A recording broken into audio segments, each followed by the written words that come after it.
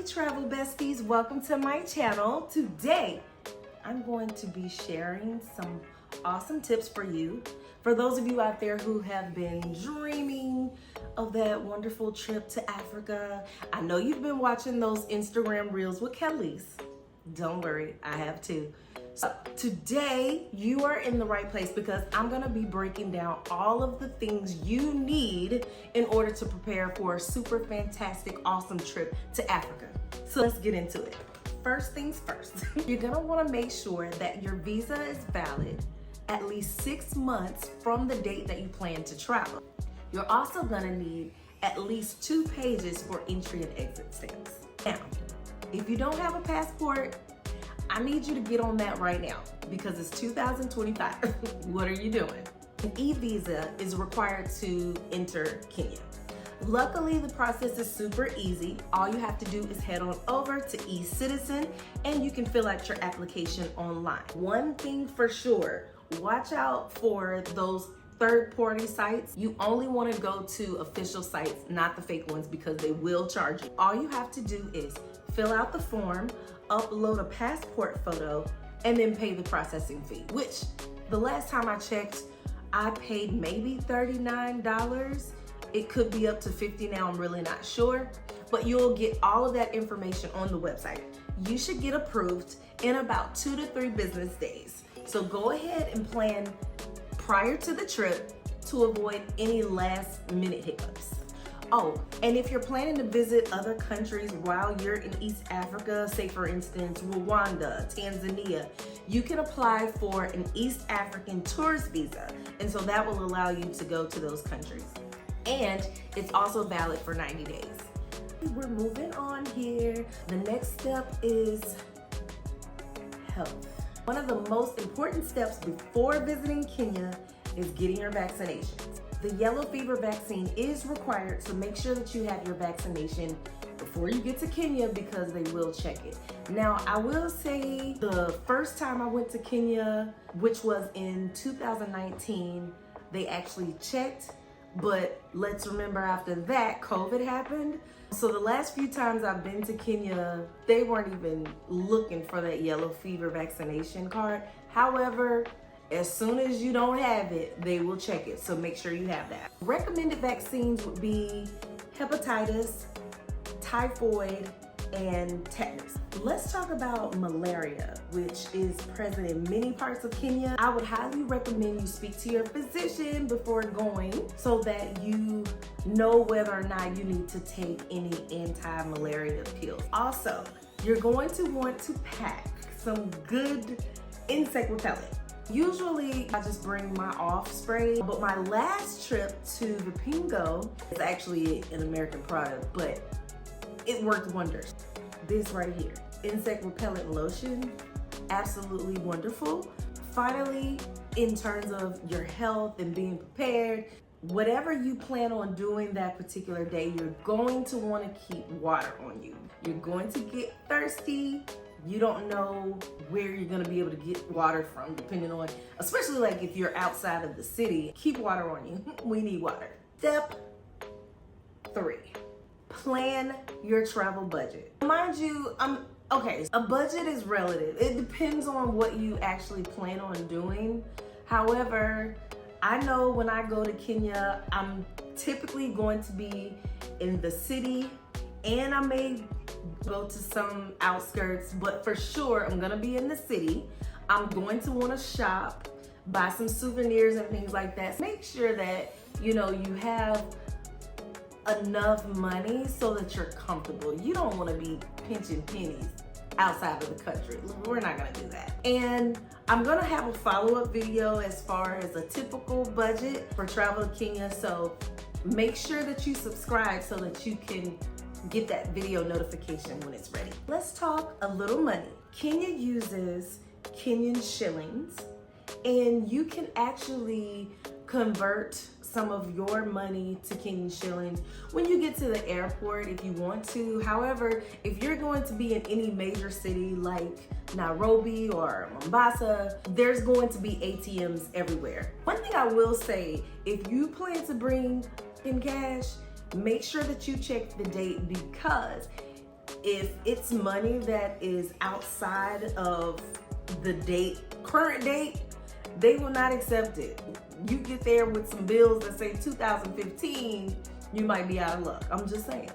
One thing to do before you travel is to let your bank or your credit union know that you're going to be leaving the country, because I have been in a situation before where one of my banks wasn't notified that was connected to my Uber. And so once I paid for my Uber, it then locked my account. And so I had to go through all kind of stuff to get it unlocked because I was still in Kenya and I needed to get around. Definitely make sure your bank knows that you're gonna be in another country, and make sure they know your travel dates. When it comes to budget, it's really going to depend on the type of experience that you want to have.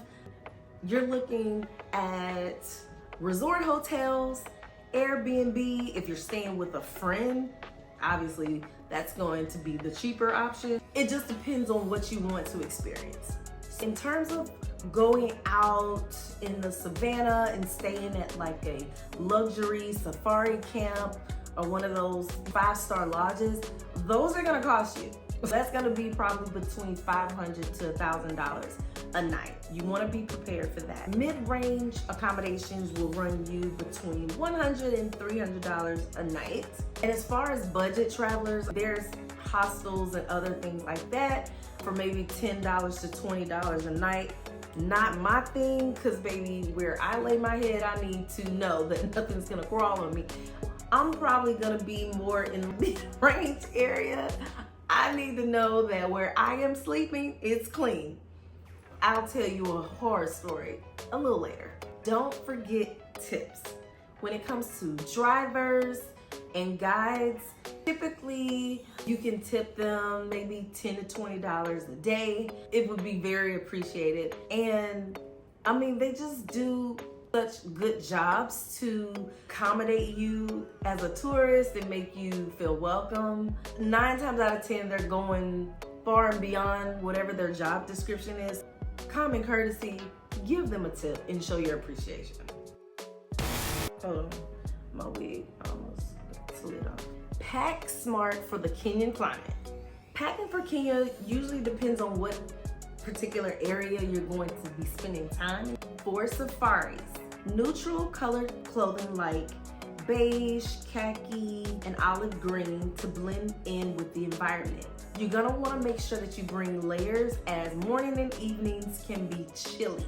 Oh, and comfortable walking shoes are a must. Do not go out there trying to be cute in some little, just don't do it. Just leave those at home. Now, if you're going to be at the beach, which I spent time at the beach recently in Vapingo, it was amazing. But I will say this, being from Mississippi, I thought I had experienced the highest levels of heat and humidity. And apparently that just wasn't the case, because I would wake up in the morning to start my day, try to take a shower, get ready, and I just remember being drenched in like sweat. Why am I sweating so early? It was so hot. It was just so hot. That's my takeaway. It was hot. Definitely prepare. Make sure that you carry one of those little neck fans or one of those little handheld fans with the spray. You're gonna want it, I'm telling you. Another thing, if you're going to the beach, make sure you have some good sunscreen, and you're gonna wanna make sure you have some sandals, because we don't wanna mess up those feet. I would say like wear a wide brim hat, some nice sunglasses, definitely bring you some thick beach towels so that you can relax and enjoy yourself. I think you'll be straight. And lastly, don't go to Kenya and forget your universal charger like me. Kenya uses a type G charger. So the last time I went, of course, I forgot mine, but I was able to find one of these at a local grocery store. If you have to buy a product like this while you're in Kenya, you're gonna get taxed. It's gonna be expensive. I'm just letting you know now. Number 5, book your activities in advance. Kenya has like lots of bucket list activities. Depending on where you are, you can go on group bike rides. If you're going to be out in the beach area, you can take boat rides. Depending on the time you travel to Kenya, if it's peak season and you haven't already booked your activity, you're just gonna be out of luck.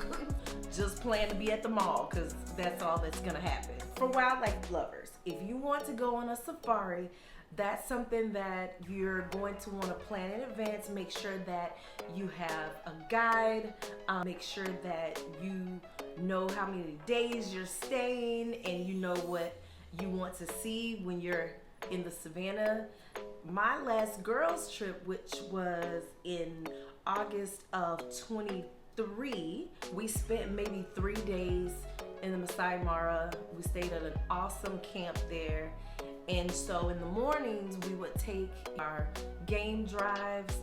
So that was really fun, but everything within that day was kind of like planned out. We knew when we were gonna visit one of the Maasai villages, but again, everything has to kind of be preset and organized. You can't just pop up, because it's not like the zoo. You know what I mean? You need to know what you're doing in advance. Step 6, learn about local customs and etiquette. Kenya's culture is very diverse, so take a little time to kind of learn what to do, what not to do, what to say. I feel like it's common courtesy when you're traveling to another country to learn a little bit about where you're going before just popping up. I would say greetings are the most important, because you're going to come across so many people. Now, obviously, English is the universal language, so most people you come in contact with will speak English. However, I just feel like if you're going to a place like Kenya, you're gonna wanna know a little Swahili. How do you say hello? Jambo. You can say mambo. That's more so if you kind of know someone a little better. From my understanding, habari. How are you? Now, when I see my Kenyan friends, I say sasa, and they respond poa. But anyway, look, get on Duolingo, learn use some Swahili greetings, and then you'll feel more confident. You'll start practicing while you're there. When it comes to photography, don't just throw your camera in somebody's face. Always ask for permission before you start snapping photos. In general, dress modestly. However, depending on the setting you're going to, it may not matter. If you're going to the nightclub, no, please do not go up in there with your Wednesday night Bible study dress on. But of course, there is a large Muslim population. You just want to be respectful of whatever the local customs are.